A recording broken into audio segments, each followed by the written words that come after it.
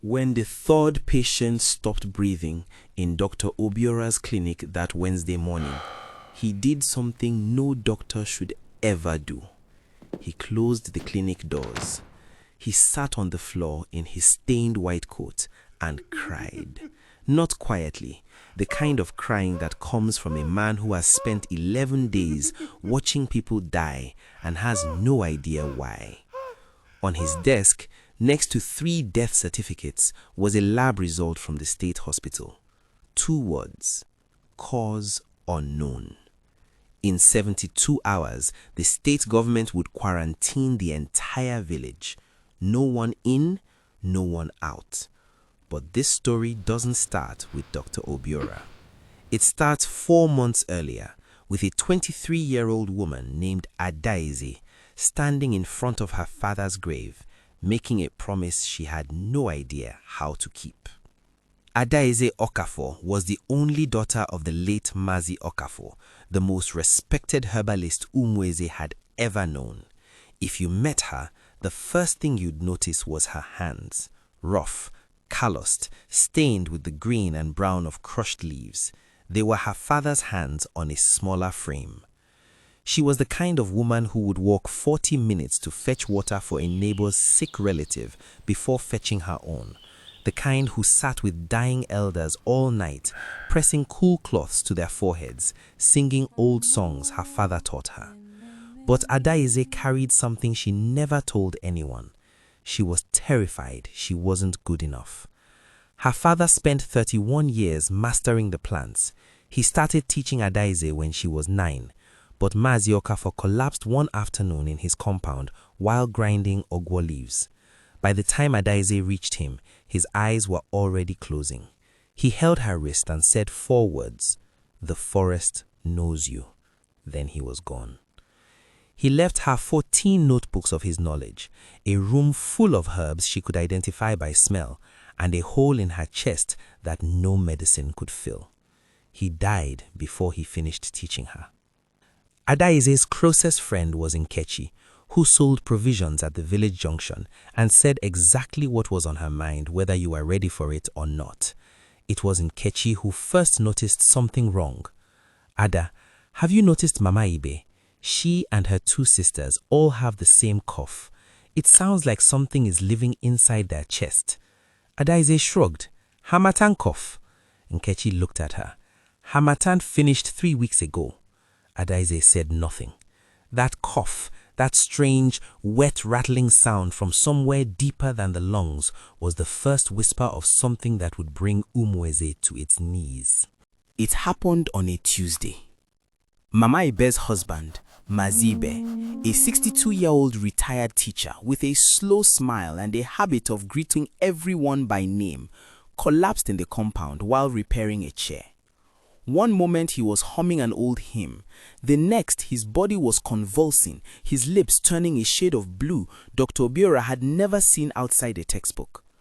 Obiora examined him for 45 minutes. The man's lungs were filled with a fluid that matched no known infection, and on his chest and neck, faint rashes that looked like tiny maps, thin lines spreading outward as if something was drawing itself under his skin. Obiora checked his reference books, called colleagues. Nothing matched. By Thursday, Mama Ide and her 2 sisters had the same symptoms. By Saturday, 11 more people were sick. By Monday, it was spreading through households like fire through dry grass. And Obiora had no idea what he was fighting. 2 weeks later, Umueze was a village of closed doors and whispered prayers. 39 people were sick. 7 had died. The cough progressed to difficulty breathing. The rash spread across the entire body. Then came fevers so high that people spoke to relatives who had been dead for years. And there was one symptom Obiora never put in any report because he was afraid people would think he'd lost his mind. Every patient's sweat smelled like heated iron. He tried every antibiotic, antifungal, and antimalarial in his clinic. Nothing worked. The state health team arrived but set up a perimeter at the village entrance and refused to come in. They stood in hazmat suits taking notes while people died 300 meters away. The village was cracking apart. The market closed, compounds fell silent, elders blamed witchcraft, families stopped visiting each other. Then Nkechi came to Adaeze's compound, shaking. "My mother has the cough, Ada." Adaeze felt something crack inside her chest. "Your father would have known what this is. He taught you. He chose you." Adaeze pulled away. He didn't finish teaching me, Nkechi. I don't know enough." Nkechi stared at her. "People are dying, Ada. How much is enough?" That night, Adaeze did something she had never done. She opened notebook 13, the one her father had told her she wasn't ready for, the one wrapped in a separate cloth on the highest shelf. The title page read, "Diseases that have no name, what the forest remembers." Her hands went cold. Her father had seen this before. 34 years ago, in a village 80 kilometers east, the same symptoms had appeared: the cough, the rash like rivers, the metallic smell. Her teacher had cured every patient using 3 plants that grew in only one place: Adaeze Okafor, the bad forest, the part of the forest no one entered because those who did came back sick or didn't come back at all. Her father described the 3 plants in detail, their appearance, the preparation method, the exact ratios coded in Igbo market day names.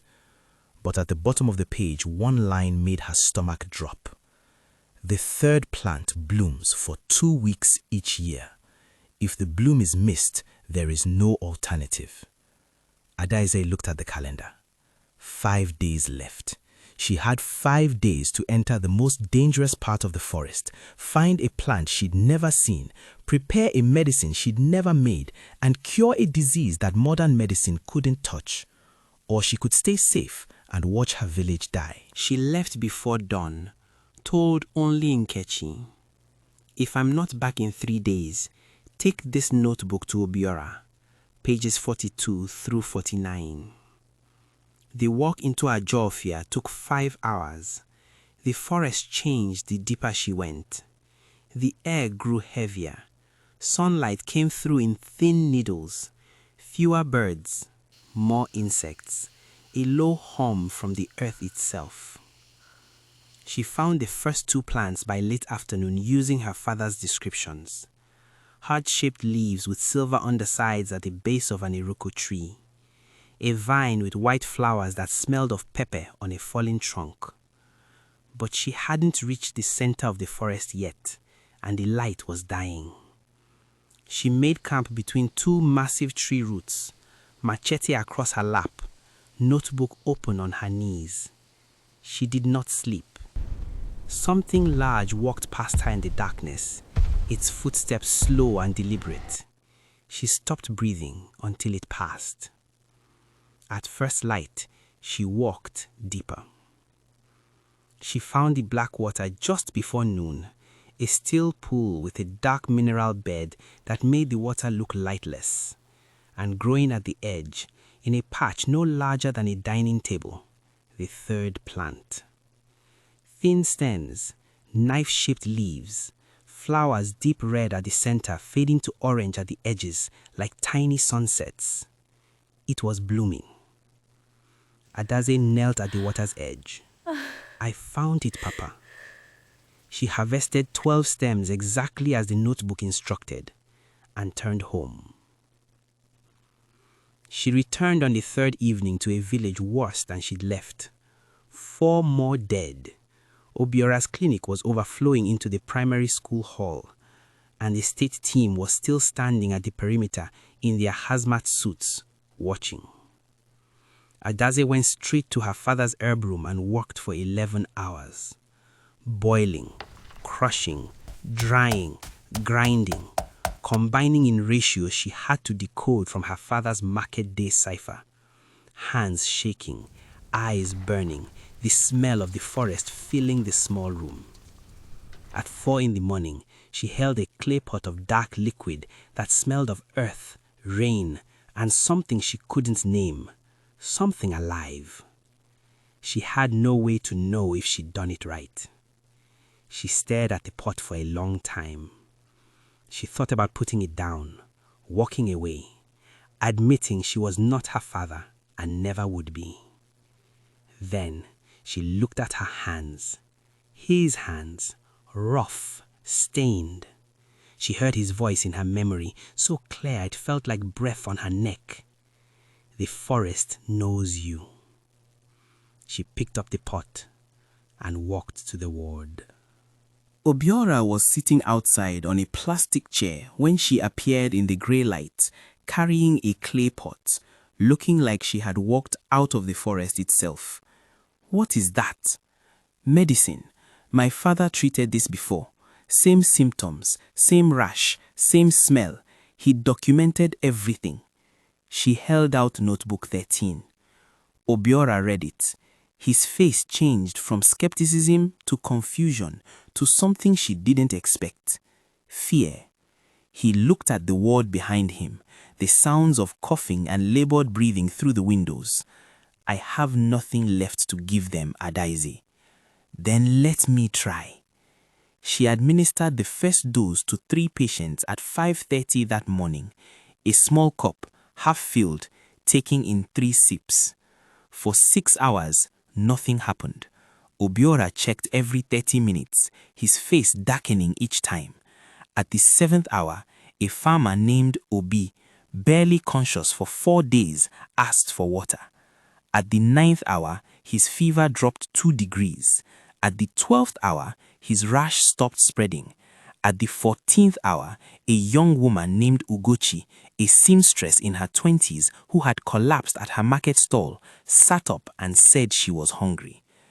Obiora checked her vitals with shaking hands. Her oxygen is rising. It's actually rising. He looked at Adaeze. Give it to everyone, now. For 48 hours, Adaeze did not sleep. She prepared batch after batch while Nkechi ground beside her and Obiora administered in the ward. Nkechi's mother received her dose at 8 in the evening. By midnight, her breathing stabilized. By morning, she opened her eyes and said her daughter's name. Nkechi collapsed beside the bed and cried so hard that Adaeze had to step outside because she couldn't watch without breaking apart. One by one, patient by patient, the medicine worked. The cough loosened, the rash faded, the metallic smell disappeared. Of 39 patients, 36 recovered within a week. The remaining 3 took 3 weeks. Not one more person died after Adaeze's medicine was administered. Not one. Months later, the state health team identified the cause, a rare fungal contamination in the local water source, the same organism Adaeze Okafor had encountered 34 years ago. Researchers from a university in Lagos found that 2 of Adaeze's 3 plants contain antifungal compounds that don't exist in any current pharmaceutical database. Today, Adaeze still wakes before the roosters. She still works in her father's herb room, but now there's a second chair in that room, Dr. Obiora's. He keeps a shelf in his clinic for her preparations. They work together. Traditional knowledge and modern medicine in the same room, treating the same patients. When I asked what she'd tell someone carrying a purple she feels unready for, she said something I haven't been able to forget. I spent so long staring at what my father didn't teach me that I almost missed what he did teach me. And what he did teach me saved 36 lives. Stop waiting to feel ready. You'll never feel ready. Go anyway. Now I need to ask you something. Is there knowledge in your family, a remedy, a practice, something your grandmother swore by that you've never written down, something that could disappear when she does? Tell me about it in the comments, because your family's knowledge might be the thing that saves someone's life, and the only thing standing between that knowledge and extinction is a pen and a notebook. If this story touched you, send it to someone. That person in your family who carries knowledge they think doesn't matter. Tell them it matters. Tell them to write it down. Subscribe to Wellness with Sense. Hit the bell. I'll see you in the next story.